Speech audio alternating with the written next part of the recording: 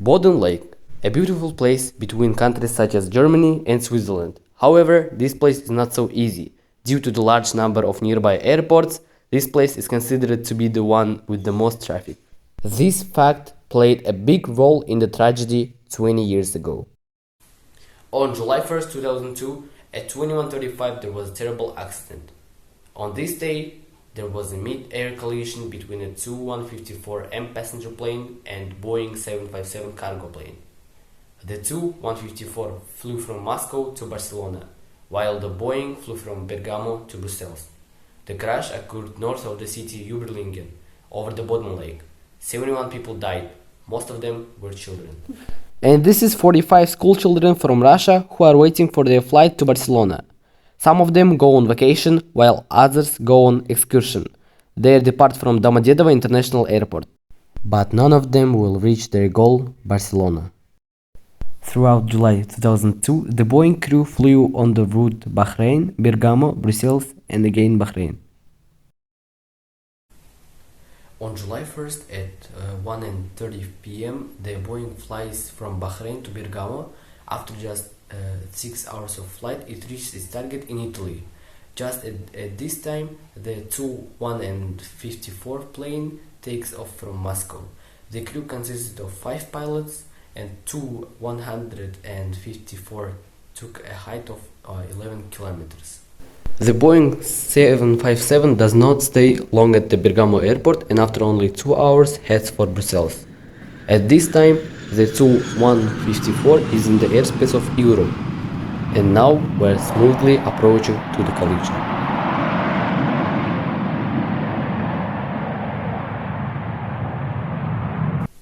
This disaster has several causes. The first reason is the incompetence of air traffic control dispatchers. 2 of the 3 controllers were not present at the time of this disaster, and the only dispatcher, Peter Nielsen, had to work for 3 dispatchers. And this is the Air Traffic Control Center of Zurich. There are 3 dispatchers who control traffic here. Usually in the evening the number of flying aircraft decreases, and 2 out of 3 controllers go to the rest. Peter Nielsen had to keep an eye on the upper airspace when he had the Boeing N2, and the lower airspace where he had a delayed Airbus. At the time of the collision, Peter was following exactly the Airbus. Since he had too many planes on control, he decided to transfer control of 2 and Boeing to control center in Friedrichshafen, but the signal was not received. At this time, the crew of 154 is discussing the approaching Boeing 757, and an alarm triggered in Karlsruhe control center about 2 approaching aircraft. They tried to call to Zurich, but no. And the second reason is the decision made by the captain of the two 154 aircraft. When the TCAS system told him to increase the flight altitude, he decided to heed the advice of the controller and continued to lower the altitude. Boeing 757 has TCAS. The crew is alerted to an approaching aircraft.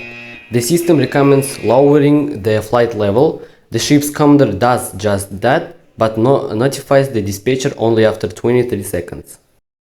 At the same time, TCAS also works on the two 154. He recommends raising the altitude of the aircraft, breaking away from the Airbus. But Peter Nielsen advises the captain on the contrary reduce the height. The captain obeys dispatcher, not the TCAS system, because it's written in the flight rules. As a result, both aircraft began to lower their flight level and collided over the Lake Boden. TCAS, Traffic Alert and Collision Avoidance System, is a modern security system designed to prevent collisions between aircraft in the air. According to the standard, the TCAS system must be installed on all aircraft heavier than 5,700 kilograms or certified to carry more than 19 passengers. The principle of operation of the system is to scan the surroundings, interrogating TCAS installed on other aircrafts.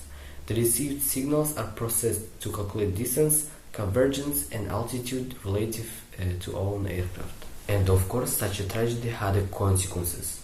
And the first of them is the impact of tragedy on world culture. Of course, in the first days after the catastrophe, the whole world was shocked. Mourning was declared in Russia. A lot of monuments dedicated to this incident were built around the world. The German Air Bureau has decided to increase the number of controllers, dispatchers in the centers at night. The TKAS system been finalized and changed to the TKS-2. Now the pilots first of all listen to the instructions not of the dispatchers, but of the TKS system. And the most terrible consequence of this incident is the murder of dispatcher Peter Nielsen. Vitaly Kaloyev on February 24, 2004 attacked air traffic dispatcher Peter Nielsen because his wife and two children were on the board of two 154 aircraft.